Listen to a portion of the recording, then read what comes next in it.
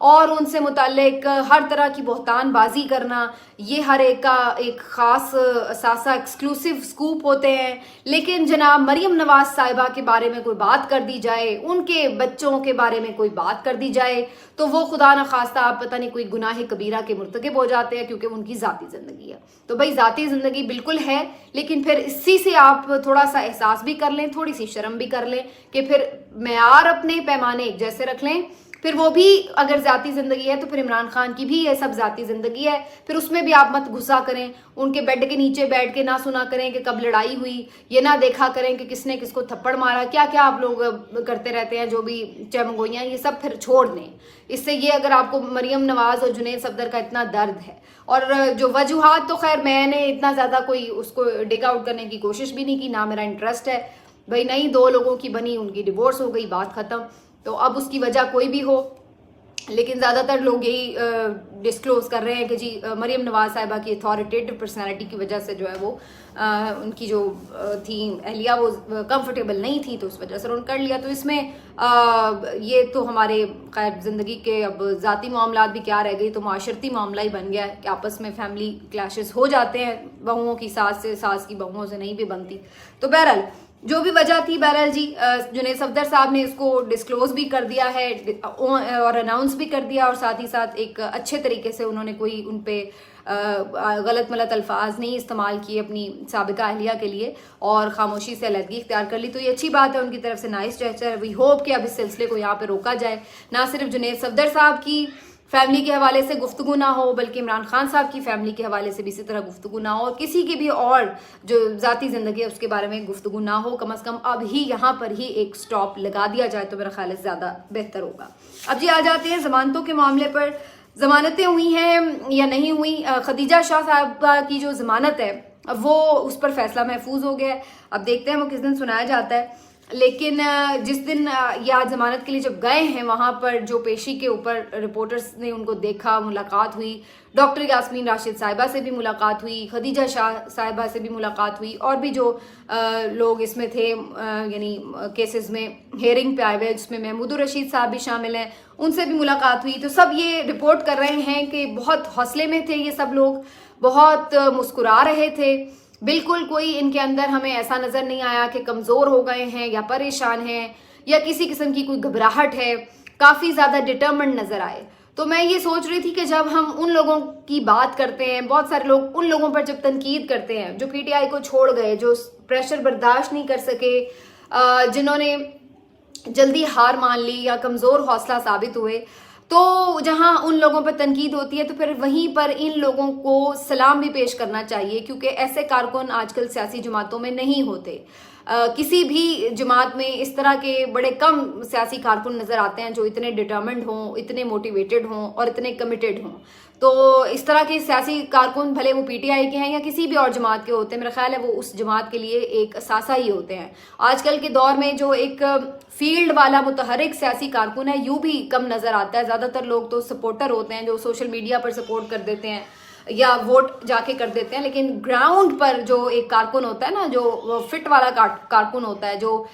جانباز قسم کا کارکن ہوتا ہے، وہ تو ویسے ہی آج کل کسی پارٹی میں نظر ہی نہیں آتا ہے. باقی پارٹیز میں تو بالکل ہی نظر نہیں آتا، کیونکہ اس وقت تو ویسے ہی وہ جس طرح سے ان پاپولر ہیں. تو اب فی الحال وہ کارکن آپ کو صرف پی ٹی آئی میں نظر آتا تھا، ان میں سے آدھا کارکن، آدھے سے زیادہ کارکن تو انہوں نے ویسے ہی جیلوں میں بند کر دیا ہے. لیکن دا تھنگ از کہ حیرانی کی بات یہ ہے کہ بہت سارے یہ کارکن جو بڑے عہدوں پر بھی نہیں تھے، جو عمران خان کے بہت قریب بھی نہیں تھے، بہت سارے تو ایسے لوگ ہیں جو شاید زندگی میں کبھی عمران خان کو ملے بھی نہ ہوں، لیکن وہ بھی ان کی وجہ سے 4-4 5-5 مہینوں سے جیلوں میں بند پڑے ہیں اور نہ جانے کیسی زندگی گزار رہے ہیں. گرمی ہے، حبس کا موسم گزارا ہے، اب آگے سردی شروع ہونے والی ہے، لیکن یہ لوگ ڈٹے ہوئے ہیں اور عمران خان کے خلاف کوئی اسٹیٹمنٹ دینے کے لیے تیار نظر نہیں آتے. بلا وجہ ان کے کیسز میں بہت زیادہ رکاوٹیں ہیں، توالتیں ہیں، لیکن وہ ان کو برداشت کر رہے ہیں. تو جہاں ہم ان لوگوں کی بات کرتے ہیں جن کو آپ لوگ مفاد پرست کہہ لیں، موقع پرست کہہ لیں یا بزدل کہہ لیں، جو بھی کہہ لیں، تو وہیں ان لوگوں کی بات بھی بڑی ضروری ہے کہ جو اگر ویسے لوگ عمران خان کے ساتھ تھے، دستیاب تھے، تو پھر ایسے لوگ بھی عمران خان کے ساتھ ہیں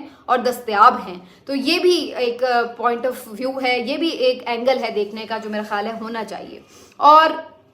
یہی وہ چیز ہے جو کہ عمران خان کو بھی ڈٹرمنڈ رکھے ہوئے ہے. اور یہی وہ چیز ہے جس پہ عمران خان کا کنسرن بھی ہے، اگرچہ وہ اس وقت اڈیالہ جیل میں موجود ہیں اور وہاں پر ان کے شب و روز کیسے گزر رہے ہیں، ان کے وکلاء کی زبانی، ان کی فیملی کی زبانی چیزیں پہنچتی رہتی تھیں، لیکن آج انہوں نے خود اپنی قوم کے نام ایک پیغام بھیجا ہے جو کہ ان کی فیملی ذرائع سے، پھر ان کے ٹویٹر ہینڈل سے اور پی ٹی آئی کے ٹویٹر ہینڈل سے جو ہے وہ شیئر ہوا ہے، وہ میں آپ کو ابھی پڑھ کے سنا بھی دیتی ہوں اور اس کا جو ایک انالیسس ہے چھوٹا سا وہ بھی آپ کے سامنے رکھ دیتی ہوں۔ عمران خان صاحب لکھتے ہیں کہ جب 5 اگست کو مجھے اٹک جیل میں قید کیا گیا تھا تو پہلے چند روز میرے لیے خاصے مشکل تھے۔ سونے کے لیے میرے پاس بستر نہیں تھا اور مجھے فرش پر لیٹنا پڑتا تھا، جہاں دن کے وقت کیڑے مکوڑے اور رات کو مچھر ہوتے تھے، لیکن اب میں اس میں ایڈجسٹ ہو گیا ہوں۔ آج کے عمران خان اور اس عمران خان میں جسے 5 اگست کے روز قید کیا گیا تھا، زمین آسمان کا فرق ہے۔ میں آج روحانی، ذہنی اور جسمانی طور پر پہلے سے کہیں زیادہ مضبوط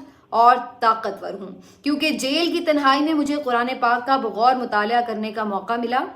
جس نے میرے ایمان کو مزید مستحکم کیا، اور قرآن پاک کے ساتھ ساتھ میں دیگر کتب کا مطالعہ بھی کر رہا ہوں۔ اپنی سیاسی زندگی کے گزشتہ چند سالوں کے واقعات پر بھی غور کر رہا ہوں۔ یہ لوگ مجھے جس جیل میں بھی رکھیں، جیسے حالات میں بھی رکھیں، آپ نے گھبرانا نہیں ہے اور نہ ہی میرے متعلق پھیلائی جانے والی افواہوں سے پریشان ہونا ہے۔ میں عوام کے حق حاکمیت اور آئین پاکستان کی بنیادی ترین شرط صاف شفاف انتخابات کے مطالبے سے 1 انچ بھی پیچھے نہیں ہٹوں گا۔ جو لوگ مجھے کہہ رہے ہیں کہ آپ ملک چھوڑ کر چلے جائیں، ان کو میرا ایک ہی جواب ہے کہ میرا جینا مرنا پاکستان کے ساتھ اور اپنی دھرتی کو چھوڑ کر کہیں نہیں جاؤں گا۔ جہاں تک سائفر مقدمے کا تعلق ہے، یہ مقدمہ سابق آرمی چیف جنرل باجوہ اور ڈونلڈ لو کو بچانے کے لیے کھڑا کیا گیا ہے۔ ملک کا منتخب وزیر اعظم تو میں تھا، جنرل باجوہ کے ساتھ مل کر غداری تو میرے ساتھ کی گئی، اور آج مجھ پر ہی مقدمہ اس لیے قائم کیا گیا ہے کہ میں نے پاکستانی عوام کو، جو کہ اس ملک کے اصل حاکم ہیں، اس غداری کی خبر دی۔ اگر مجھے کسی چیز کی تکلیف ہے، جنہیں طاقت کے گھمنڈ میں مبتلا چند افراد نے اپنی انا کی تسکین کے لیے کئی ماہ سے قید کیا ہوا ہے، میری عدلیہ سے اپیل ہے کہ ہمارے کارکنان کو رہائی دلائی جائے۔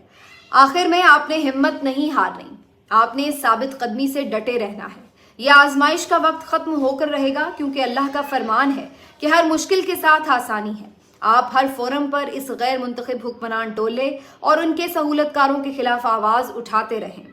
اور ملک میں صاف شفاف الیکشن کا مطالبہ کرتے رہیں۔ میں پیشن گوئی کر رہا ہوں، جس دن بھی الیکشن ہوا، انشاءاللہ پاکستانی عوام کروڑوں کی تعداد میں نکلیں گے اور تحریک انصاف کو ووٹ ڈال کر لندن پلان والوں کو